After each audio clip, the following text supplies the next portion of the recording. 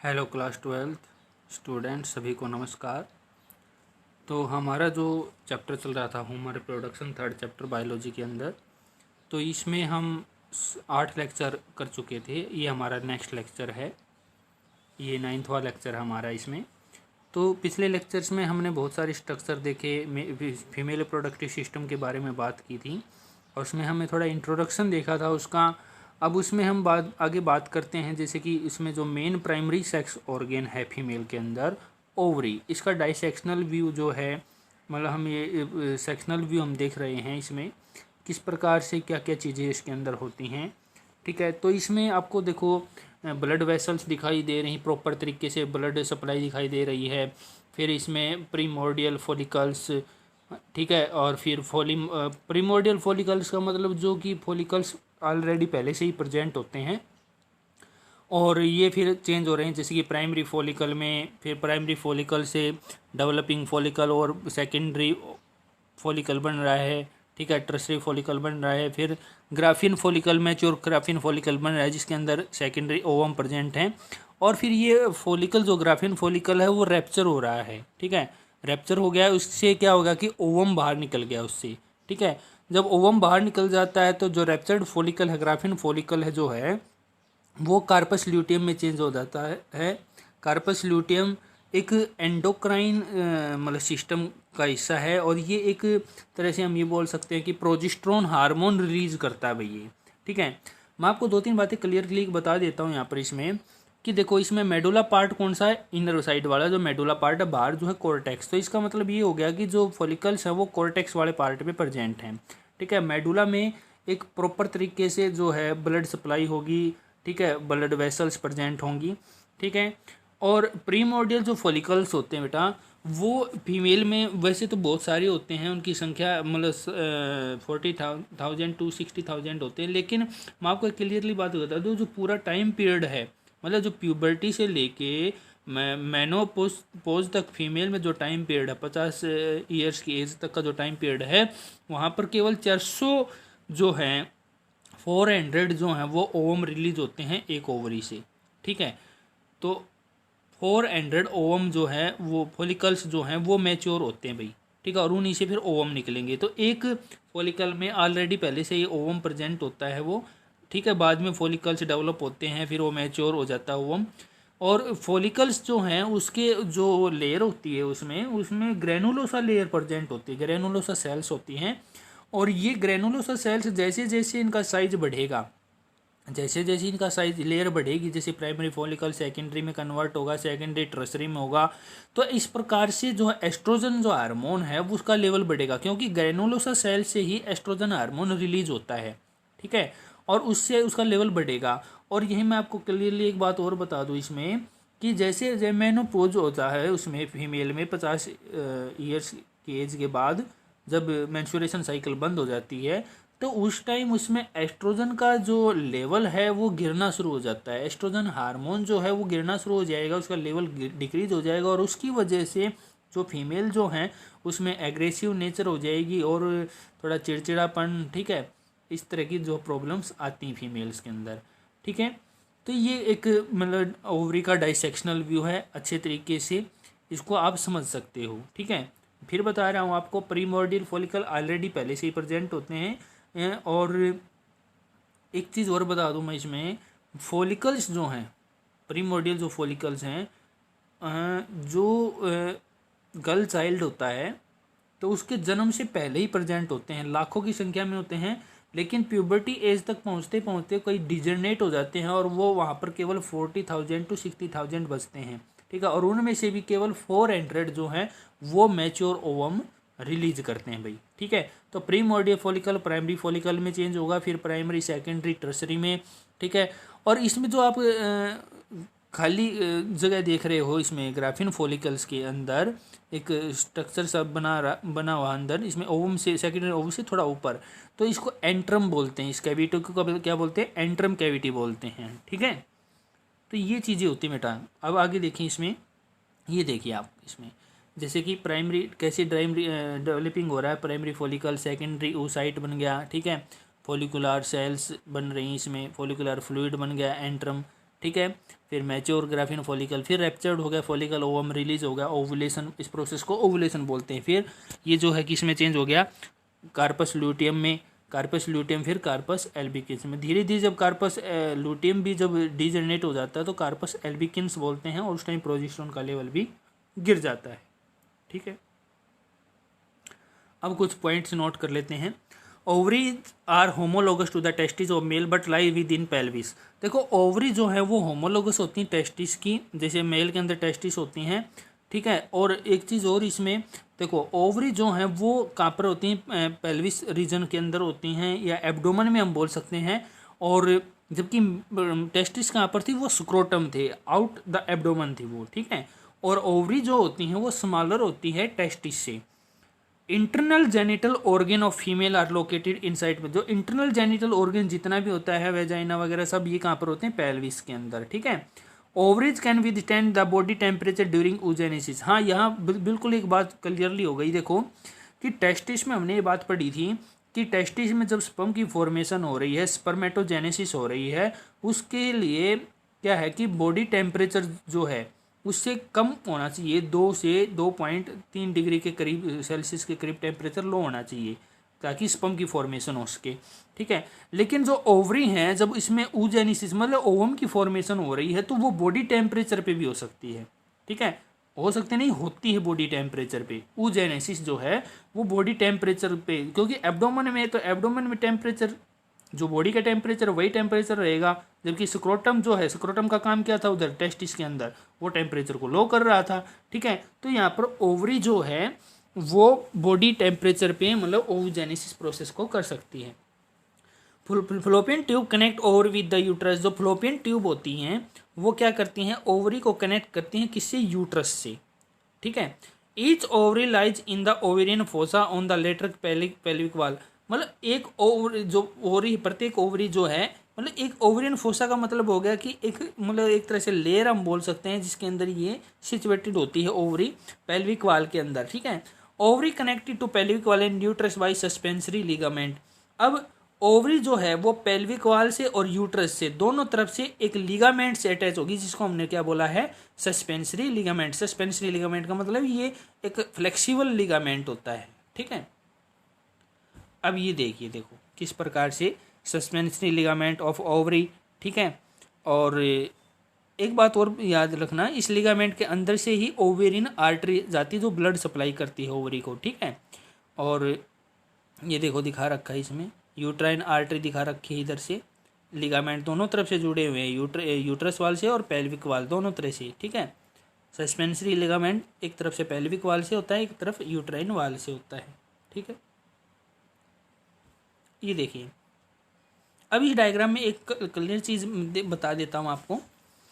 देखो ये जो पर्पल कलर का जो मार्क कर रखा है, ये है लिगामेंट, सस्पेंसरी लिगामेंट ये, ठीक है। और इधर भी है यूट्रस की तरफ भी सस्पेंसरी लिगामेंट है पर्पल कलर का। और जो येलो कलर का पोर्शन दिखा रखा है, येलो कलर का पोर्शन जो है दोनों तरफ, ओवरी के दोनों तरफ है, ऊपर भी है नीचे भी है, तो ये है मीजोवेरियम। अब ये क्या है मीजोवेरियम, एक्चुअल में क्या होता है कि एक जो पूरी जो इसमें स्किन होती है फीमेल रिप्रोडक्टिव सिस्टम में, उसको पेरिटोनियम लेयर बोलते हैं, पेरिटोनियम लेयर।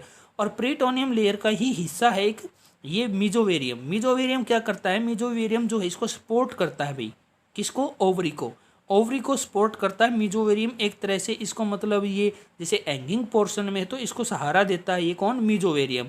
ये एक तरह से टिश्यू की फॉर्म होती है बेटा, ठीक है, ठीक है, समझ में आ गया ये। अब देखो, mesovarium is a short fold of peritoneum that transmit vessels and nerve to ovary. ये क्या करता है कि ये ट्रांसमिट करता है क्या, मीजोवेरियम, वेसल्स, ब्लड वेसल और नर्व, किसके पास, ओवरी के पास। तो मेन ब्लड सप्लाई जो ओवरी को होती है वो किसके द्वारा होती है, ओवेरियन आर्टरी के द्वारा। ये आपका मेडिकल का क्वेश्चन है, ओवेरियन आर्टरी के द्वारा ब्लड सप्लाई होगी। और ये कहाँ से होती है, अराइज फ्रॉम एब्डोमिनल आयोटा। मतलब जो आर्टरी, जो मेन आर्टरी एब्डोमेन को ब्लड सप्लाई कर रही है, वही आर्टरी जो है उससे एक और आर्टरी निकली है, ओवेरियन आर्टरी जिसको हम बोलते हैं, जो उसको ब्लड सप्लाई करेगी ओवरी को, ठीक है। Ovary is almond shape solid structure in which nerve and blood vessel enter at hilus. Hilum बोलते हैं उसको। क्या होता है, देखो ओवरी जो है वो एक तरह से बादाम की शेप की होती है, दिखा भी रखा ऊपर सर्कल दिखा रखा बादाम शेप की है। और इसमें जो पर्पल कलर से जो एंट्री दिखा रखी है, तो इसमें यहाँ से क्या होगी, नर्व और ब्लड वेसल एंट्री कर रही हैं। तो इस पॉइंट को क्या बोला इसने, हीलम। ठीक है, ये हीलम बोलते हैं इसको, हीलस से आया ये हीलम है। ठीक है, यहाँ से मतलब एक्चुअल में नर्व और ब्लड वेसल एंट्री कर रही है ओवरी के अंदर। ठीक है, each ovary is covered by cuboidal epithelium. प्रत्येक ओवरी के अंदर क्यूबोइडल एपिथेलियम होता है। जर्मिनल एपिथेलियम बोलते हैं जर्म सेल्स।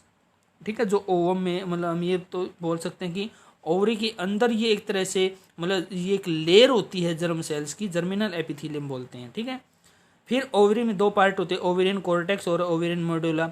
जो कॉर्टेक्स है वो बाहर वाला डेंस लेयर है और ओवेरियन मेडुला इनर वाला लूज लेयर है ये। ठीक है, ये देखिए कॉर्टेक्स दिखा रखा है, येलो कलर वाला पोर्शन जो है कॉर्टेक्स है, मेडुला वाला ये थोड़ा रेड रेड हिस्सा है।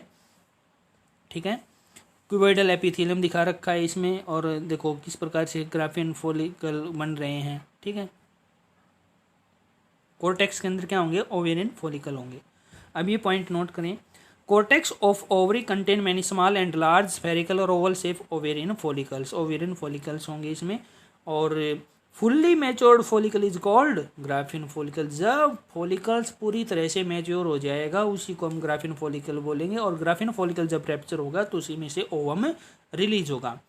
और इसमें कॉर्टेक्स वाले हिस्से में ज़्यादातर फॉलिकल कौन से पाए जाते हैं, प्रीमोर्डियल फॉलिकल, मतलब इमेच्योर फॉलिकल्स हैं वो। ठीक है, surface of ovary covered by 3 layers. तो सरफेस ओवरी की वो 3 लेयर से कवर्ड होती है। पहली बार वाली होगी पेरिटोनियम। ठीक है, मिडल वाली होगी क्यूबोइडल जर्मिनल एपिथेलियम, और सबसे इनर वाली होगी ट्यूनिका एल्ब्यूजिनिया। अब ये मत बोलना कि ट्यूनिका एल्ब्यूजिनिया तो उसमें भी थी भाई टेस्टिस में, तो यहाँ पर भी है ट्यूनिका एल्ब्यूजिनिया। ठीक है, ये देखिए इसमें देखो क्लियरली दिखा रखा है किस पार्ट से। देखो इसमें जब ब्लड सप्लाई हो रही है यहाँ से इस पार्ट को देखो, इसमें मिजोवेरियम एंड ब्लड वेसल्स। ठीक है, तो जिस पॉइंट से एंट्री करेंगी ब्लड वेसल्स मिजोवेरियम के, उसमें किसका क्या बोलते हैं, हीलम या हीलस बोलते हैं। और देखो प्राइमरी फॉलिकल्स कैसे किस प्रकार से डेवलप हो रहे हैं। ठीक है, सेकेंडरी फॉलिकल बन रहा है। फिर ग्राफियम फॉलिकल देखो अंदर जो कैविटी दिखा रखी है उसको एंट्रम बोला है। फिर ये अंदर oocyte है, तो ओवुलेटेड oocyte हो गया। ठीक है, रैप्चर होने के बाद फिर कार्पस लुटेम की डेवलपमेंट होगी। ठीक है, फिर आगे देखो कैसे किस प्रकार से ये डेवलप हो रहा है। ठीक है, ये क्लियरली डायग्राम, इनको अच्छे तरीके से समझे मैं डायग्राम को। Each follicle contain 1 oocyte। प्रत्येक फॉलिकल्स के अंदर एक oocyte होता है। 1 follicle mature every month and said N oocyte। प्रत्येक फॉलिकल जो है वो प्रत्येक मंथ में मतलब मैच्योर होता है और oocyte में चेंज हो जाता है। टोटल 400 oocyte और ovulated in the reproductive cycle life cycle of a female. कहने का वही बता दिया मैंने, मैं जो प्यूबर्टी एज है वहाँ से स्टार्टिंग हुई। ठीक है, और मेनोपॉज तक एंडिंग हो गई। तो जो ये पूरा टाइम पीरियड है इस दौरान कितने ओवुलेटेड होते हैं, 400 oocyte मतलब ओवम जो है ओवुलेटेड होते हैं किससे, फीमेल से। तो एक बात आप याद रखना, देखो दो ओवरी होती हैं, एक राइट की तरफ एक लेफ्ट की तरफ। तो बेटा एक बात याद रखना इसमें कि एक ओवरी 6 महीने जो है मतलब ओवम रिलीज करेगी, ओवुलेशन करेगी। कैसे, मतलब एक ओवरी का 2 महीने के अंदर नंबर आता है। जैसे कि मान लो इस महीने में जो अभी चल रहा है, जैसे कि जुलाई के महीने में मान लो राइट ओवरी से ओवम रिलीज हुआ। ठीक है, और नेक्स्ट जो है अगस्त में कौन सी ओवरी से होगा, लेफ्ट से। मतलब इस महीने अगर राइट से हुआ जुलाई के महीने में, तो नेक्स्ट मंथ जो है अगस्त में जो एग रिलीज होगा वो कहाँ से रिलीज होगा, वो होगा लेफ्ट से। ठीक है, और एक ओवरी का जो टाइम पीरियड है मतलब इसमें जो एग रिलीज करने का वो कितना है, 28 दिन। ठीक है, तो 2 महीने वाला सिस्टम हो गया ना 28 दिन, तो ये एवरेज है। ठीक है, तो इसमें क्या होता है कि जैसे कि 28 दिन में भी 14th डे जो होता है उस दिन ओवुलेशन होता है। ठीक है, तो liberation of oocyte from the ovary is called ovulation. जो ओवुलेशन oocyte का जो रिलीज होना है ओवरी से उसको ओवुलेशन प्रोसेस बोलते हैं। इट अकर्स ऑन और about 14th day of A 28th day menstruation cycle. जो 28 दिन की मेंस्ट्रुएशन साइकिल होती है उसके 14वें दिन जो है ये ओव्यूलेशन होगा, मतलब एग रिलीज होगा। और एक बात और बता दूं, इसी दिन जो है प्रेगनेंसी के चांसेस जो हैं वो 99% होते हैं, हायर साइड होते हैं। क्योंकि अगर मान लो देखो एग रिलीज हुआ है, ठीक है, और दूसरी तरफ से ओवम भी स्पर्म भी जा रहा है, तो फर्टिलाइजेशन के चांसेस बढ़ जाते हैं इसमें। और डॉक्टर जिन जो जैसे कि जो कपल्स जो है जिनके जैसे कि बच्चे नहीं हो रहे, तो डॉक्टर्स इसको फर्टाइल पीरियड बोलते हैं बेटा, ठीक है। इस फर्टाइल पीरियड को ही मतलब इसमें सेक्स करने की सलाह देते हैं कि भाई फर्टाइल पीरियड में आप सेक्स करो, तो इसमें 99% चांसेस होते हैं प्रेगनेंसी के। After the oocyte is liberated, जैसे ही oocyte बाहर निकलेगा तो ग्राफिन फॉलिकल जो है वो कन्वर्ट हो जाएगा किसमें, कार्पस ल्यूटियम में, ठीक है। In ovary medulla is rich in vascular tissue, nerve and lymphatics. जो ओवरी है उसके अंदर मेडुला जो है उसके अंदर vascular tissue, blood vessels, nerve, lymphatic vessels जो हैं ज़्यादा अमाउंट में होते हैं, ठीक। फिर फंक्शन बात करते हैं ओवरी की। तो ओवरी के फंक्शन है production of oocyte from puberty till menopause. तो फंक्शन क्या है, प्यूबर्टी से लेके मेनोपोज तक oocyte का प्रोडक्शन करना, और इसके अलावा प्रोडक्शन ऑफ फीमेल हार्मोन्स, ठीक है। तो दोनों फंक्शन हो गए ना, एक्सोक्राइन भी और एंडोक्राइन फंक्शन, दोनों फंक्शन हो गए। तो प्रोडक्शन ऑफ फीमेल हार्मोन्स, तो हार्मोन्स कौन से हैं, एस्ट्रोजन बाय ओवेरियन फॉलिकल्स। वही बात था कि मैंने आपको बताया था कि ओवेरियन फॉलिकल्स जैसे जैसे डेवलप होते जाएंगे ग्रेनुलोसा सेल्स की लेयर बढ़ेगी, ग्रेनुलोसा सेल्स की लेयर बढ़ेगी तो एस्ट्रोजन हार्मोन को रिलीज करेंगे। जबकि जब ग्राफियन फॉलिकल जब रैप्चर हो गया था, फट गया था, उसमें से जब ओवम रिलीज हो गया तो वो चेंज हो गया कार्पस ल्यूटेयम में। और कार्पस ल्यूटेयम कौन सा हार्मोन रिलीज करेगा, प्रोजेस्टेरोन हार्मोन रिलीज करेगा वो, ठीक है। फिर है इसमें ovary produce 1 oocyte per month alternatively. Ovary जो है एक oocyte मतलब एक ओवम प्रोड्यूस करती है एक मंथ में, अल्टरनेटिवली का मतलब एक बार जैसे कि राइट ने किया तो अगली बार वो लेफ्ट करेगी। तो लाइफ ऑफ oocyte कितने होते हैं, देखो oocyte रिलीज होने के बाद कितने उसके होते हैं 12 to 24 आवर्स, 12 से 24 घंटे तक उसकी वैलिडिटी होती है। अगर उस टाइम तो फर्टिलाइजेशन हो जाती है, उसमें स्पर्म आके उसके साथ फ्यूज कर जाता है तो प्रेगनेंसी के चांसेस हैं, नहीं तो फिर प्रेगनेंसी के चांसेस नहीं रहेंगे, ठीक है। तो मतलब एक दिन तक, रिलीज होने के एक दिन तक जो है वो उसकी वैलिडिटी होती है। Ovaries has both exocrine and endocrine function, दोनों फंक्शन होते हैं एक्सोक्राइन और endocrine. After menopause ovary become small and lose follicle, जब मेनोपोज हो जाता है मतलब जब मेंस्ट्रुएशन होनी बंद हो जाती है तो ओवरी स्मॉल साइज की हो जाएगी और उसमें फॉलिकल्स जो हैं वो लूज हो जाते हैं, मतलब नष्ट हो जाते हैं। Ovarian stroma composed of spindle shaped fibroblast, जो ओवेरियन स्ट्रोमा होता है जो बाहर वाले जो इसमें पार्ट हैं उसमें मतलब उसमें कौन सी, देखो ग्राफियन फॉलिकल्स तो हैं ही उसमें, ठीक है। इसके अलावा उसमें और भी सेल्स पाई जाती हैं, स्पिंडल शेप की सेल होती हैं जिनको फिब्रोब्लास्ट बोलते हैं, फाइबर सेल्स होती हैं ये, ठीक है, ये भी पाई जाती हैं। तो इसमें आपका 1 सिंगल ओवरी 6 महीने के लिए ओवम रिलीज करेगी, ठीक है। तो आज के लिए इतना ही बेटा, ठीक है, इसको नोट करते रहना। डायग्राम ओवरी का जो डाइसेक्शनल व्यू है वो डायग्राम आप ज़रूर बना लेना, क्योंकि कई बार जैसे कि आपके एनसीईआरटी में भी है ये डायग्राम, ठीक है। और इनको आप अच्छे तरीके से नोट करना और बेटा आप पढ़े अच्छे तरीके से इनको, क्योंकि बड़ी इंपॉर्टेंट चीज़ें हैं ये, ठीक है। आपका हर एग्ज़ाम में आपकी प्रिपरेशन करवाएंगी ये, ठीक है। आपकी एनसीईआरटी तो है ही, उसके साथ ही जो एक्स्ट्रा मटेरियल है वो भी आपको बताया जा रहा है, तो आप इसको नोट करें बेटा, ठीक है। अच्छे तरीके से क्लियरली सारी चीज़ें करें, और जो लेक्चर मान लो समझ में नहीं आया उसको बार बार देखिए कि भाई जैसे मान लो कोई चीज़ रह गई तो रिवाइज भी करें इन चीज़ों को, ठीक है, नहीं तो भूल जाओगे, ठीक है। और जो समय समय पर आपको मान लो टेस्ट दिया जाता है, जैसे कि शनिवार को टेस्ट दिया जाता है, तो आपको उस टेस्ट को आप सोल्व करें, ठीक है। और सभी बच्चे कृपा करके सभी बच्चे इस टेस्ट को सोल्व करके मेरे पास भेजें। मेरे पास मुश्किल से जैसे कि अभी मान लो टोटल से 10 20 है या 22 है, उसमें से भी मुश्किल से मेरे पास 4-5 बच्चों के ही मैसेज आते हैं टेस्ट सोल्व के, बाकी बच्चे मैसेज नहीं करते, ठीक है। तो बेटा सभी बच्चे अच्छे तरीके से इस लेक्चर को पढ़ें और समझें और रिस्पॉन्स दें, टेस्ट का रिस्पॉन्स ज़रूर दें। अगर आप टेस्ट का रिस्पॉन्स नहीं दोगे तो मुझे नहीं पता चलेगा कि आपको कितना आ रहा कितना नहीं आ रहा, ठीक है। और एक बात और याद रखना, इसमें मेरा कोई नुकसान नहीं है, आपका ही नुकसान है बेटा, ठीक है। अच्छे तरीके से पढ़े इनको, और ये मत समझो कि भाई स्कूल नहीं लग रहे तो आप पढ़ोगे नहीं, वर्ड होना तो पड़ेगा ही आपको। देखो अगर सब्जेक्ट लिया है तो पढ़ने के लिए लिया है ना आपने, ठीक है। तो इनको अच्छे तरीके से आप नोट करें बेटा। ओके।